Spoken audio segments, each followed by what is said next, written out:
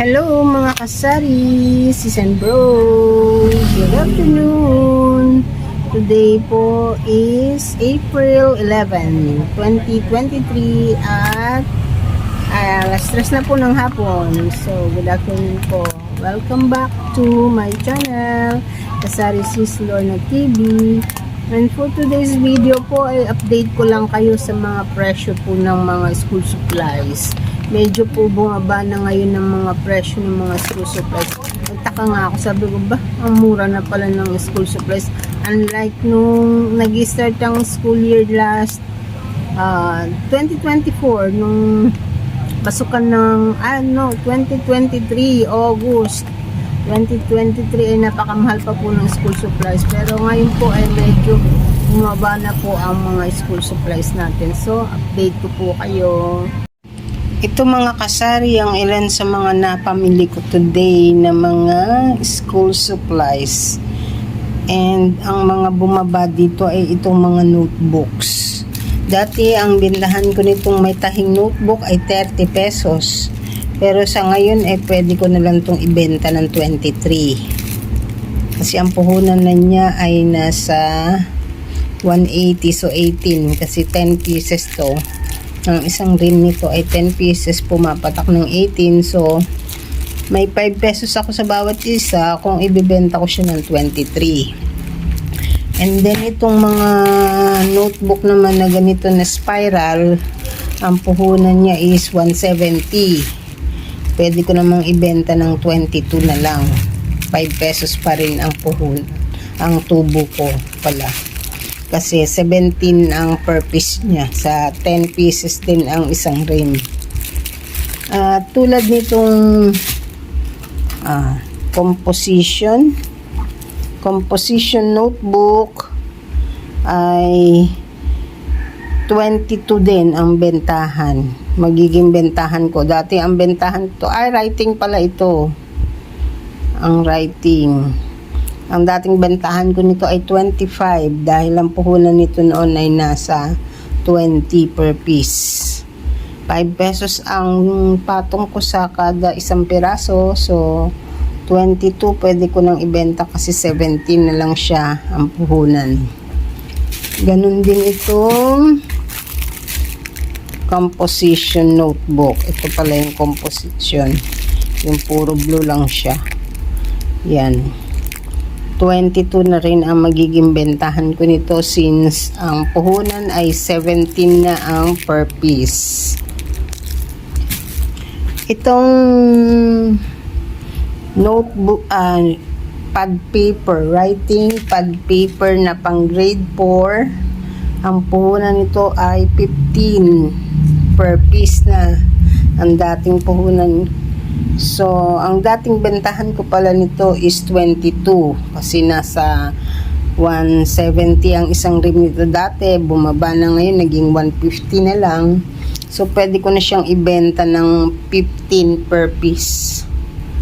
5 piso pa rin ang tubo ko sa bawat isa. And then, itong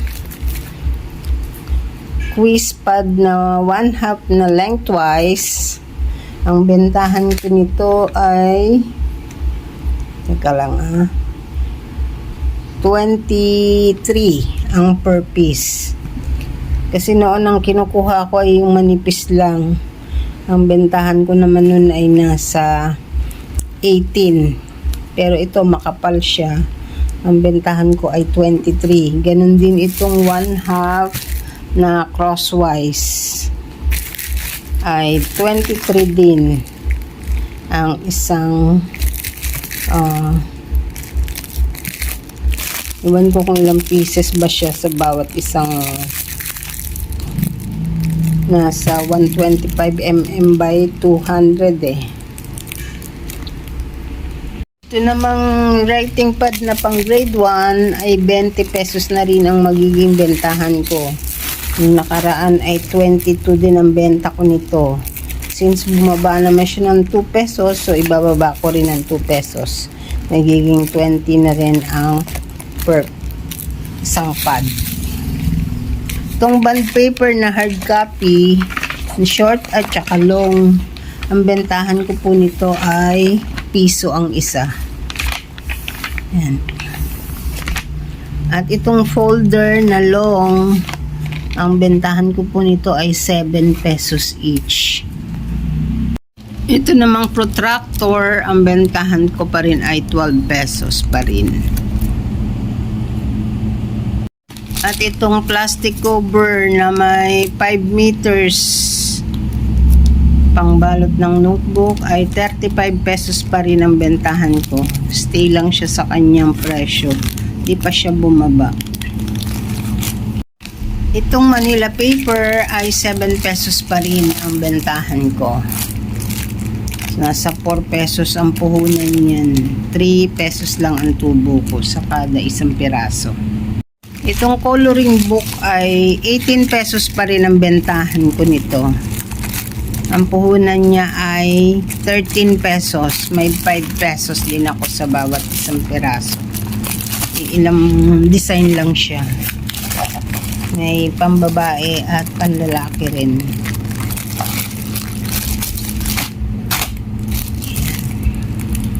Itong Jobos ay 6 pesos pa rin ang bentahan ko. Isang kulay lang ang binibili ko, black lang kasi ito lang naman ang hanaping kulay dito sa aming tindahan. Yung ganitong Armac tape, ang bentahan ko ay 7 pesos pa rin. 1/2 ang size niya. Yan. Wala na akong bentang mas mababa pa sa 7 pesos. Ito namang hair color. Dalawa lang ang in-order ko. Natural black at saka brown black. Ang bentahan ko pa rin ay 18 pesos.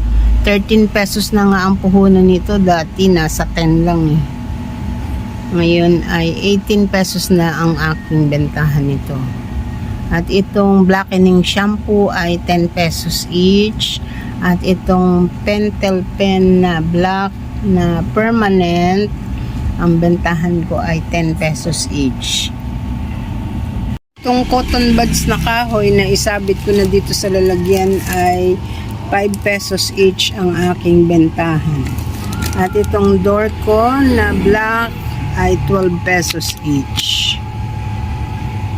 Ganito pa lang yung scream ay 5 pesos each ang aking bentahan. At itong mga paintbrush, ang bentahan ko ng malaki ay 20 at ang maliit ay 10 pesos. Ito po palang insect na spray, ang bentahan ko po nito ay 120. Ang puhunan niya ay 95 pesos.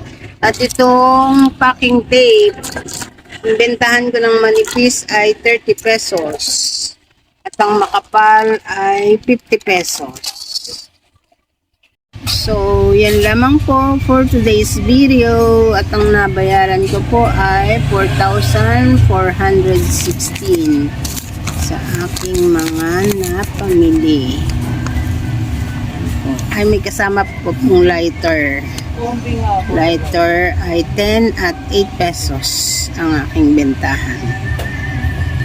Ito po yung lighter na 8 pesos.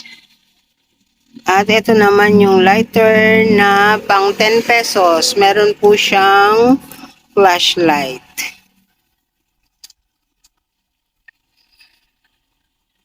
Sa mga hindi pa po pala nakapag-subscribe sa aking channel, please do subscribe, Kasari Sis Lorna TV, and hit the notification bell para updated pa po kayo sa mga darating ko pang mga videos. Maraming salamat. So, yan lang po ang aking update sa mga paninda kong school supplies. Thank you so much for watching. See you on my next vlog. God bless us all, mga kasari, sis and bro. Bye-bye.